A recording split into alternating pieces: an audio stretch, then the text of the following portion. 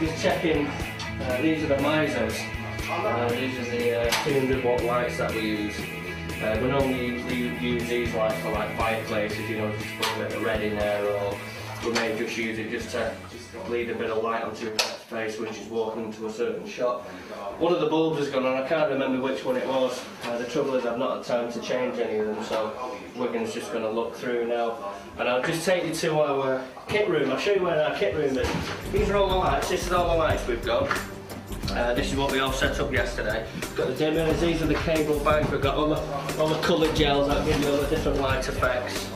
And then this is just an old room we're staying in. We've got things like, these are all like the night vision cameras that we use. These are the best ones we've found.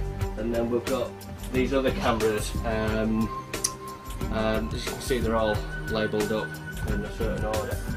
So we'll use those for the walk around at night time, and these we'll generally use for lock-offs. We'll put mini sticks on them, and then we'll just lock them off just to see, you know, if anything is caught. So we've got that.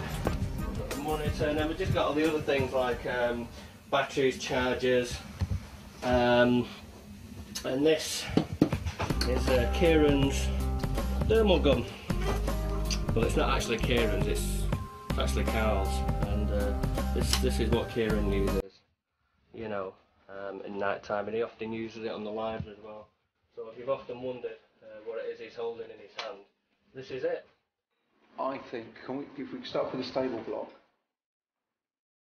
and all of us got the stable is said to be the home of home to the spirit. Change that. So a stable master. He's often seen and heard stamp something around this whole area in heavy boots, accompanied by the distinct smell of tobacco. So we're going to do that on Steadicam? Yeah, do that on Steadicam. Wow. Yeah, I mean, it's quite nice. I think if you get to actually stand inside the stable, you know, the Steadicam goes outside, goes in. Literally, as it's going past the bars, you go from start to talk as it's seasoned, and then go in and. These stables, they're amazing, aren't they? Yeah. You'd be interested in okay. Action! In its day, the stable block would have been the centre of equestrian activity, but now its only inhabitants are memories and ghosts. The dark, imposing shadow, thought to be an old stable master, has been seen and heard wandering around this empty stable block many times. And people have also witnessed the smell of tobacco. Me and Wigan, we arrived yesterday and we spent pretty much all day for the last 7-8 hours doing GVs. Each GV we had to do in every room, we had to light it for the simple reason of because it's such a big house. There's only it's all minimal lighting inside. There's a chandelier and a couple of bedside lights and that's it. So we had to light everything. So it took a while to do, but we got there and we got some really good shots. We've got Jimmy Jib over there. We're going to try and get some exterior panning shots with that. We've got Steadicam, he's actually doing some Steadicam GVs for me now. Yvette's just having makeup done. So, here we are in Boys Hall. And I've still not had a look round yet. I'll show you. Yeah? Oh, that's nice. Behind this mulberry tree, this is a mulberry tree. Yeah. Behind that is our lake. It's an ancient lake, goes back to pre-Roman times.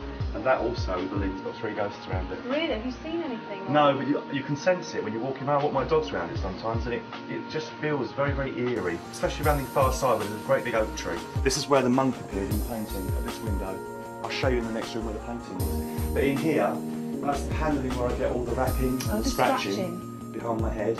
I get a music box that plays in here, and we haven't got any music boxes in the house at all. And Can I ask you a question? When you are hearing these things, are you in sleep? Are you woken up from the sleep? Totally awake. You're wide awake. Wide awake. It wakes me up, and I lay there, and it still carries on.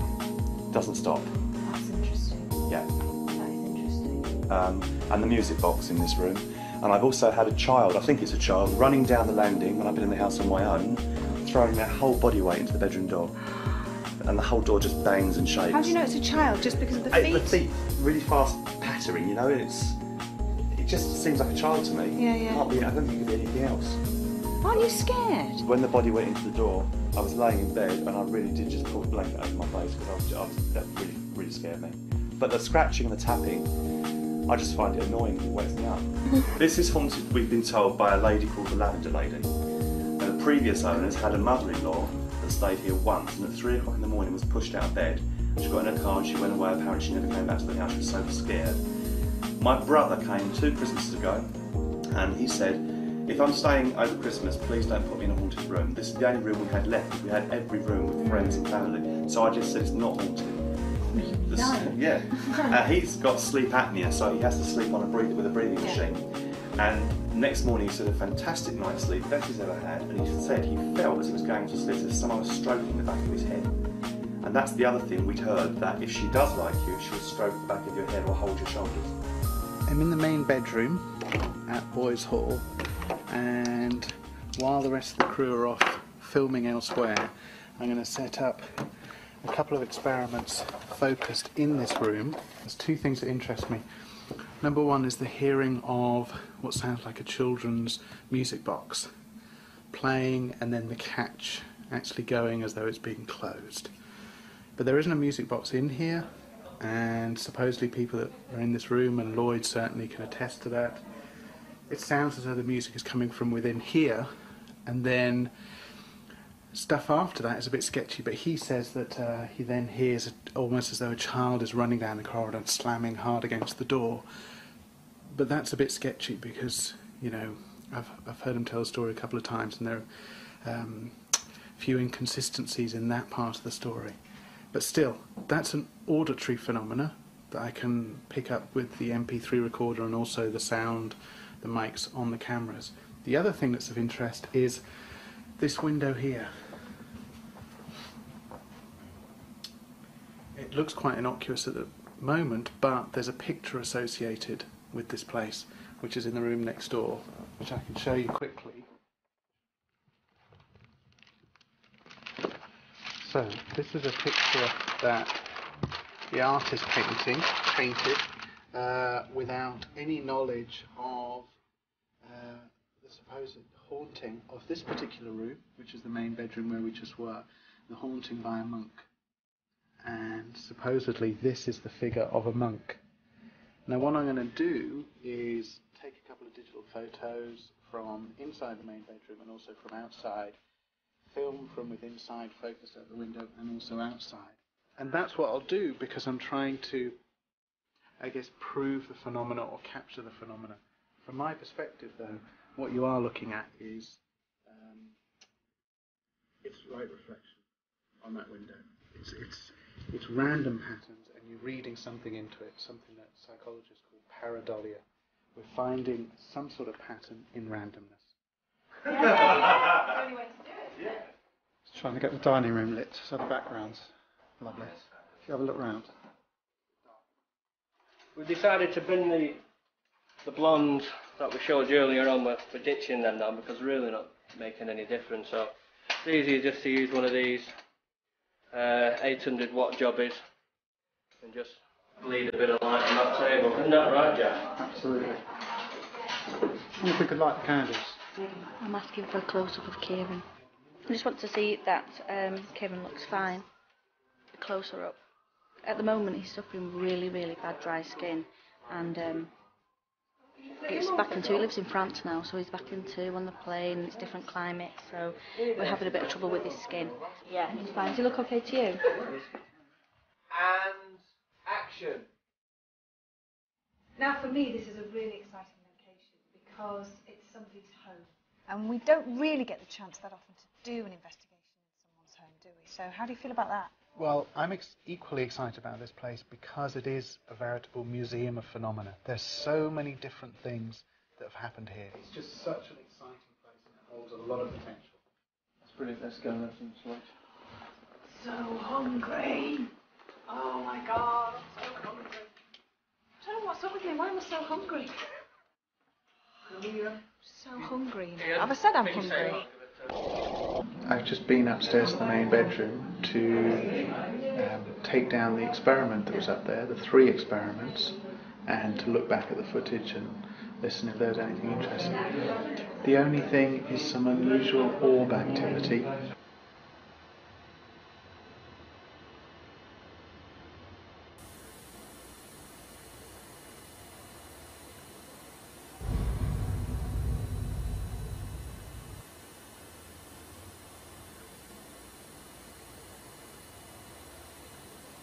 It takes an awful lot to set up the jib, and there's 2 people there, and every time we move location they've got to take it down and reset it, so it takes a long time. I love it. It's a really good piece of equipment.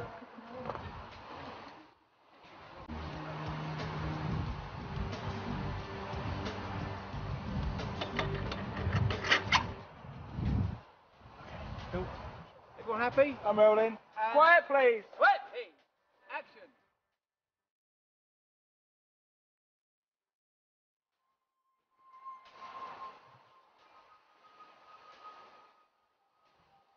Hello, I'm Yvette Fielding, and this week I brought the most haunted team to Kent and to the very haunted Boys Hall.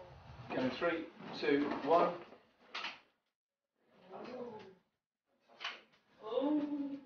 Superb, brilliant.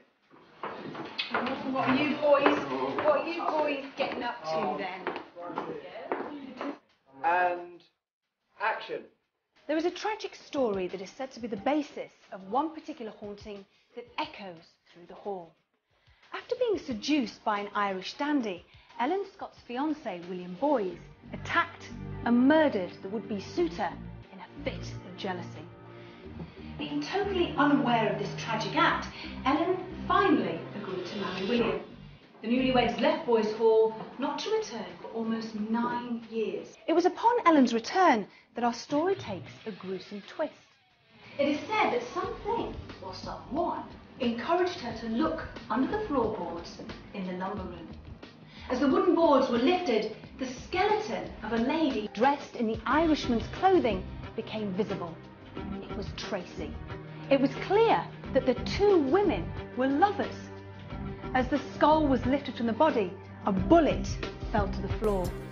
Ellen quickly picked it up and ran to the window to see if there were any markings on it to link the murder to her husband. What happens next remains a mystery. All we know is that she fell from the window and died. Was she pushed? Did she fall? Or did she jump? We do not know. But they are both said to haunt the hall on a regular basis. So imagine being here in the dining room at night. And as has happened so many times, the doors start to rattle in their frames, the handles slowly rotate. The doors fly open to reveal the ghostly figures of our 2 phantoms, each trying to find the other. Are you looking forward to tonight? I'm a bit worried about tonight. But I'm definitely worried about tonight. After just listening to that interview that Lloyd's just done, Yeah. to me, it's a bit, you know, we had something happen to him last night. I know, yeah. We've never normally had that, have we? We've never normally had, well, you won't know, you're new to this. You were going home, that was. I was. My first 5 shoots that I ever did, I kept the lights on, the TV on, and all the house lights, and I asked the family, one of my cousins, to sleep because I was so scared. It sounds very familiar. Get used to it. When? 5 shows. This is one of the locations in Boys Hall that is dynamically very different. It has a completely different atmosphere and environment compared to all the other locations upstairs. It looks very different, it feels very different, and this is just going to be my 2nd time going down there and basically measuring EMF. So if you want to come down. The other thing that I'm concerned about immediately when I walk in here, knowing that there's people filming upstairs, you've got, this is the floor for the dining room. So if there's anybody doing a vigil upstairs and people doing a vigil downstairs, you can hear people just walking around. You've got another part of the cellar, and leading off it, it looks as though there's been a tunnel that has been created, but according to Lloyd the owner, this is a tunnel system that existed before, and they actually had to start emptying it and pulling out the rubble that was blocking it because of, I think it was a structural engineer or somebody actually said that they need to start pulling out so they could see what was in there. And that goes quite far back, but then also the tunnel goes off to the right, and then at some point it stops. I mean, you can't get somebody down there when you go off to the right, but supposedly it does hook up with a network of tunnels, and the story is that it hooks up with a network of tunnels that were for smugglers. So again, another hidden secret, as well as the Ellen story, associated with this place, Boys Hall. And no unusual EMF levels down here. And the other thing that I was looking out for is some mediums have reported a tightening around their head, which they've then associated with some sort of spirit activity. And the only thing that I can think is it might be something psychological, but I don't feel like there's any tightening around my head. It just feels a little bit oppressive because of the low ceiling, a bit dusty, a bit dank, and certainly if you switched off the lights in down here, it would be one scary place. We're about to do David's walk around, which is the best bit of the investigation for me, because now we can actually find out what's causing paranormal phenomena in the house.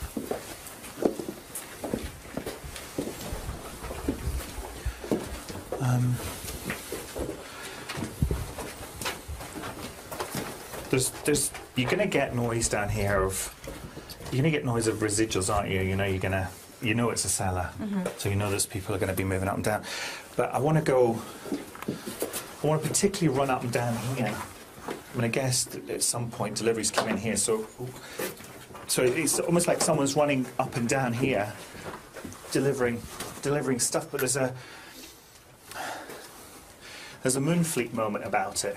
Do you remember Moonfleet, the movie Moonfleet, no. with the wind-sodden capes and three-cornered hats, smuggling, I guess, for want of another word. There's that kind of, maybe not quite legal. I think David is absolutely fantastic. Everything he's got so far is phenomenal. I just think, words can't describe. Every time he does this to me, and I can't comprehend all the information he's coming out with just talking to Marcus and Lloyd, and they're like, how can he have known these things? It's brilliant, absolutely brilliant, and we've only just started. My head was really going tight, very, very tight. Does the intensity of it mean anything? At the moment it's severe coming through, so I do feel whatever happened in here was something to do with someone's head. Right.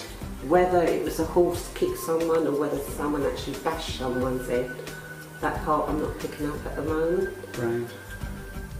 But something did happen right here and it affected the head. And I feel it was a gentleman. Right. It was anticlimactic compared to the first. But there was an interesting story about the fight that went wrong. And then we moved into another part of the barn. And Wigan wet himself because you didn't. And I put a knocked out 10 on the bench press. Yeah. You went into the gym, and of course, one wall is all mirror. So as we walked in, Wigan saw 2 people walking. Very funny. Really stepping. Oh, it's a mirror. I just saw 2 people walking over there. It was me and you.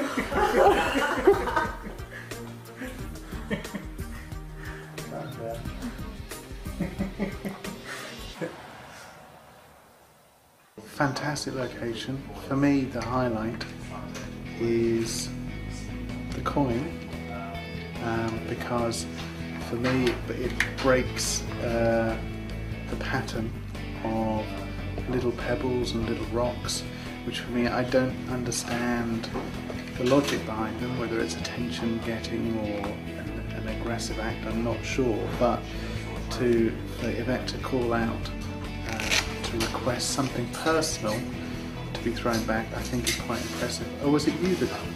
I called out something personal. I'm sorry. Let me correct that, cut that. Let me not give credit to the wrong person. The person that actually called out and was the brains behind the idea was Carl. Throw us something. Something personal to you. Please, can you show yourself?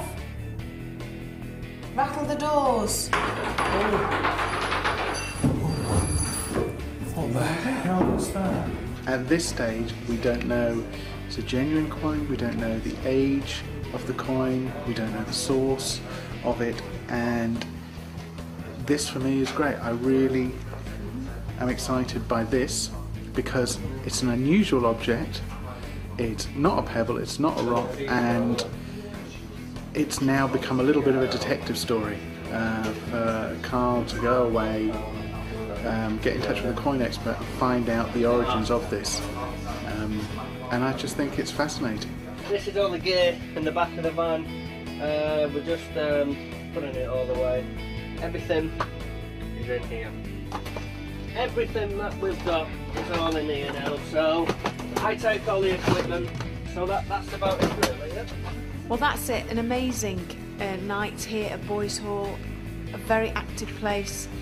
I've been bashed on the head. John Gilbert was nearly killed. Audibles, fantastic. Right, Stuart. Yeah, we've pretty much got everything in the van. The only thing we're missing now is a PD-170, which is the manager's using. So switch that camera off so I can go to bed. That's it for Most Haunted Extra. Until next time, sleep time.